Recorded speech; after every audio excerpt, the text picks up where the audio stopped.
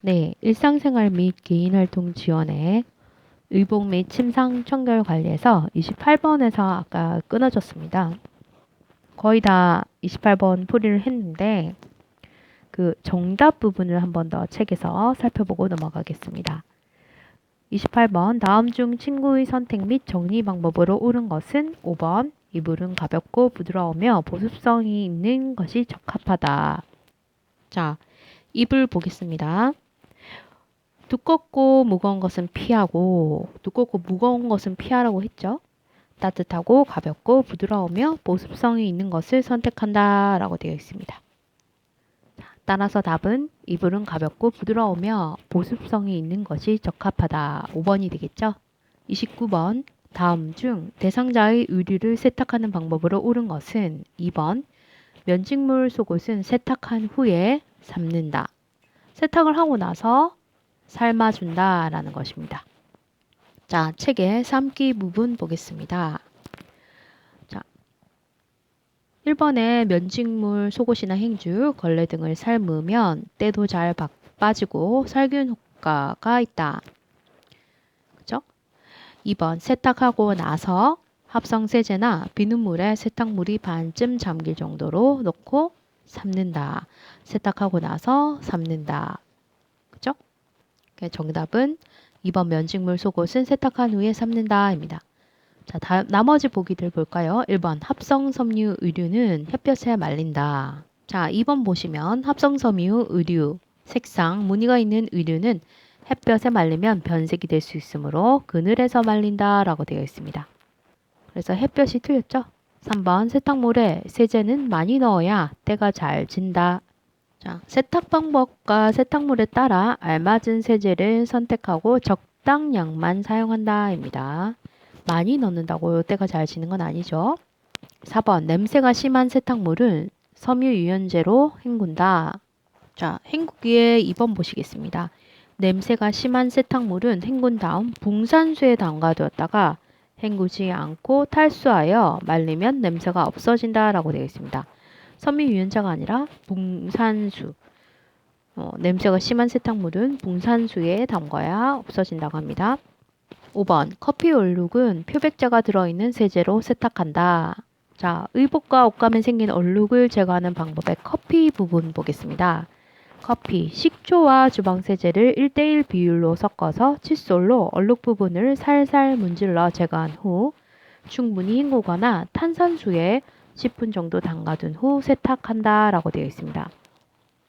커피 얼룩은 표백제가 아니라 식초와 주방세제 1:1 비율로 섞어서 칫솔로 얼룩 부분을 살살 문질러 제거한 후에 충분히 헹구거나 탄산수에 10분 정도 담가둔 후 세탁해야 잘 세탁이 된다고 합니다. 따라서 29번 다음 중 대상자의 의류를 세탁하는 방법으로 옳은 것은 2번 면직물 속옷은 세탁한 후에 삶는다입니다. 30번 요양시설에 계신 대상자의 변실금으로 오염된 세탁물을 세탁할 때 옳은 것은 요양시설에 계신 대상자의 변실금으로 오염된 세탁물을 세탁할 때 옳은 것은 3번 삶기 전에 먼저 세탁을 한다. 그렇죠. 자, 일단 다른 번호들 먼저 보겠습니다. 2번 붕산수에 담갔다가 헹군다는 아까 29번 문제 냄새가 심한 세탁물은 붕산수에 담갔다가 헹군다고 했죠. 그래서 2번은 틀렸고요. 4번 다른 의류와 함께 세탁을 한다. 변실금 같은 경우는 오염 물질이 묻어 있는 거는 다른 의류와 함께 세탁하면 안 됩니다. 분류해서 세탁해야 되고요. 5번 삶을 때는 용기 뚜껑을 열고 삶는다. 자, 3번에 보시면 삶기. 삶을 때는 뚜껑을 덮고 세탁물이 직접 공기층에 노출되지 않게 하는 게 포인트입니다. 덮어야 합니다. 따라서 5번에 삶을 때는 용기 뚜껑을 열고 삶는다가 틀렸죠. 자, 1번 표백제에 오래 담가둔다. 표백제에 오래 담가둔다고 해서 잘 될까요? 표백제에 오래 담근다가 아니라 세탁 방법과 세탁물에 따라 알맞은 세제를 선택하고 적당한 양만 사용하라고 했죠. 3번입니다. 삶기 전에 먼저 세탁을 한다. 그죠? 세탁을 한 후에 삶는다. 아까 나왔던 답이랑 똑같죠? 30번 요양시설에 계신 대상자의 변실금으로 오염된 세탁물을 세탁할 때 옳은 것은 3번 삶기 전에 먼저 세탁을 한다입니다. 31번 의류를 옷걸이에 걸어서 그늘에서 건조하는 표시로 옳은 것은 자, 일단 옷걸이라는 글이 있어야 합니다. 4번, 5번에 옷걸이가 있죠. 그늘에서 이 말은 해 모양이 있고 해가 아닌 그늘진 빗금이 있어야 합니다. 이게 그늘이라는 표시죠. 그늘에서 건조하는 표시로 옳은 것은 4번. 의류를 옷걸이에 걸어서 그늘에서 건조하는 표시로 옳은 것은 4번입니다. 자, 건조 표시 보면 햇볕에 건조하고 옷걸이에 걸어서 건조하는 거. 첫 번째 그림. 두 번째 그림은 그늘에서 건조하고 옷걸이에 걸어서 건조해라. 방금 이게 정답이었죠? 자, 세 번째 그림은 햇볕에서 건조해라 라는 말입니다. 그리고 뉘어서라고 글이 있으면 뉘어서 건조. 자, 이건 햇볕이 있지만 그늘이 있죠? 그늘에서 건조하고 뉘어서 건조해라 라는 뜻입니다. 참고하세요. 32번 대상자에게 처방된 약을 구매하는 업무 대행을 할 때 옳은 방법은 대상자에게 처방된 약을 구매하는 업무 대행을 할 때 옳은 방법은 4번 약물 구매하기 전에 처방전과 경비를 준비한다. 그죠? 처방전이 있어야 되고 그 구매하는 경비가 있어야 되겠죠. 1번 약국에 전화를 걸어 가져오게 한다. 아니죠. 약국에 전화를 해서 누구 보고 가져오라고 하는 겁니까? 아닙니다. 2번 약을 구매하는 일은 가족이 하게 한다. 아니죠. 일상생활 업무 대행을 할 수 있죠. 요양보호사가. 그래서 일단은 중요한 것은 약을 처방할 때 약을 구매하는 일은 그 처방받는 거는 그 대상자를 직접 데리고 아마 동행을 해서 병원에 가서 처방전을 받아야 될지도 모르지만 이 처방전을 받고 나서는 약을 구매하는 일은 그 요양보호사가 해야 되겠죠. 그리고 3번 개인 일을 보고 남는 시간을 활용한다. 개인 일을 보고 남는 시간을 활용한다. 아닙니다. 남는 시간을 활용할 수 없습니다. 그 요양보호사가 자기 일을 그 요양보호 대상자를 돌보는 그 시간 내에 자기 업무를 해서는 안 됩니다. 그렇죠? 5번 대상자에게 약국을 알려주어 직접 구매한다. 대행 업무인데, 그죠? 대행은 그 대상자가 못 가니까 요양보호사가 대행하는 거잖아요. 직접 구매하는 건 아닙니다. 책을 한번 볼게요. 자, 일상 업무 대행 전 대상자의 업무 대행 목적을 확인한다. 요양보호사가 해당 업무를 대행할 수 있는지 먼저 확인하고 업무 대행 전 준비해야 할 정보나 자료, 경비를 점검한다. 3번 업무 대행과 관련하여 대상자에게 충분한 정보를 제공하고 필요한 사항에 대해 협조를 구한다. 자, 업무 대행이라 함은 물품 구매, 약 타기, 은행, 관공서 가기 등을 대신해 주는 것입니다. 자, 그죠? 여기 3번에 보시면 업무 대행 중 요양보호사는 자신의 사적인 업무를 병행하지 않는다라고 되어 있습니다. 꼭 확인해야 합니다.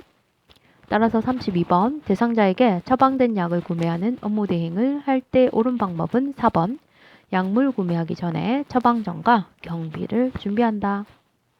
33번 대상자의 안전을 위한 주거환경 관리 방법으로 옳은 것은 1번 현관에 의자를 놓아둔다입니다. 자, 안전한 주거환경 조성에서 현관에 안전하게 신발을 신고 벗을 수 있도록 의자를 놓아둔다입니다. 의자에 앉아서 신발을 천천히 신고 벗는다면 안전하겠죠? 2번 현관 조명은 야간에 꺼둔다.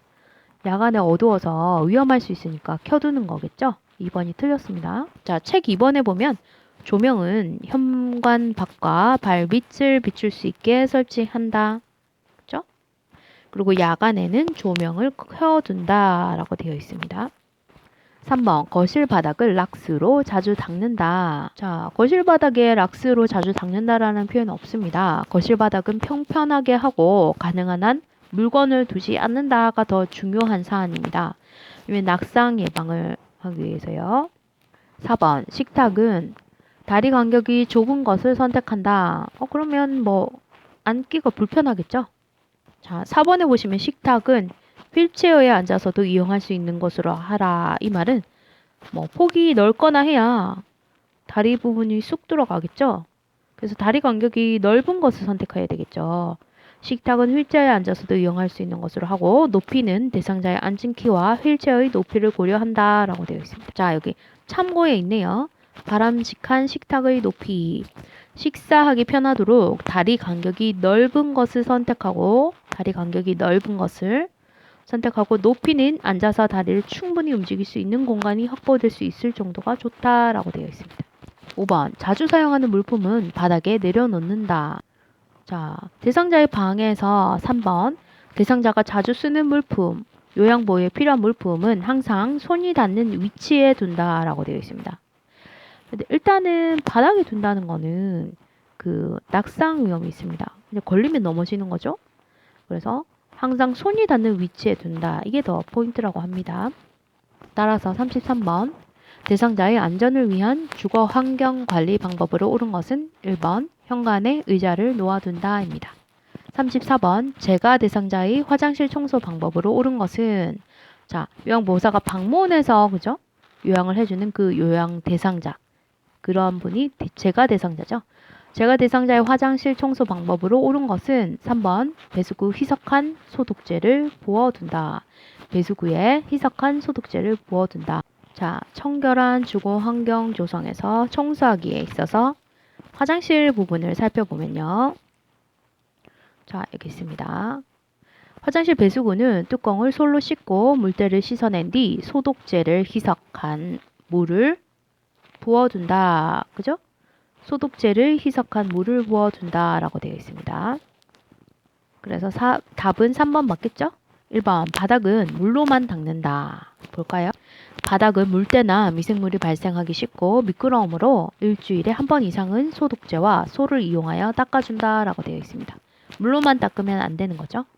2번 화장실 청소는 매월 한 번씩 한다. 자, 일주일에 한 번 이상 소독제와 소를 이용하여 닦아줘야 합니다. 4번 습기가 많은 화장실은 문을 닫아준다. 문을 닫아둬야 할까요? 습기가 많은 장소이므로 사용하지 않는 낮 시간은 충분히 환기를 시킨다라고 되어 있습니다. 사용하지 않는 낮 시간에 충분히 환기를 시켜둔다. 5번 양변기 안의 물때는 철수세미로 닦는다. 자, 3번에 보시면 양변기에 물때가 꼈을 때는 솔에 식초를 묻혀 변기 안쪽을 닦는다. 솔이라고 되어 있죠. 철수세미 아닙니다. 따라서 제가 대상자의 화장실 청소 방법으로 옳은 것은 3번 배수구 희석한 소독제를 부어둔다입니다. 자, 이것으로 일단은 일상생활 및 개인활동 지원 부분의 문제풀이는 다 했고요. 이 다음 영상은 아마 의사소통과 정서 지원 쪽으로 넘어갈 것 같습니다.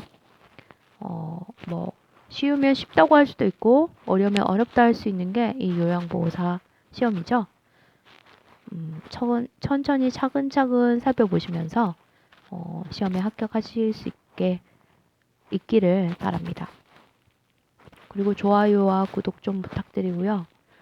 저는 오늘 컨디션이 되게 안 좋아서 영상을 찍을 수 있을까 좀 고민했는데 다행히 영상을 찍었네요. 어쨌거나 파이팅 하시고 또 다음 영상도 도움이 되시길 바랍니다. 파이팅!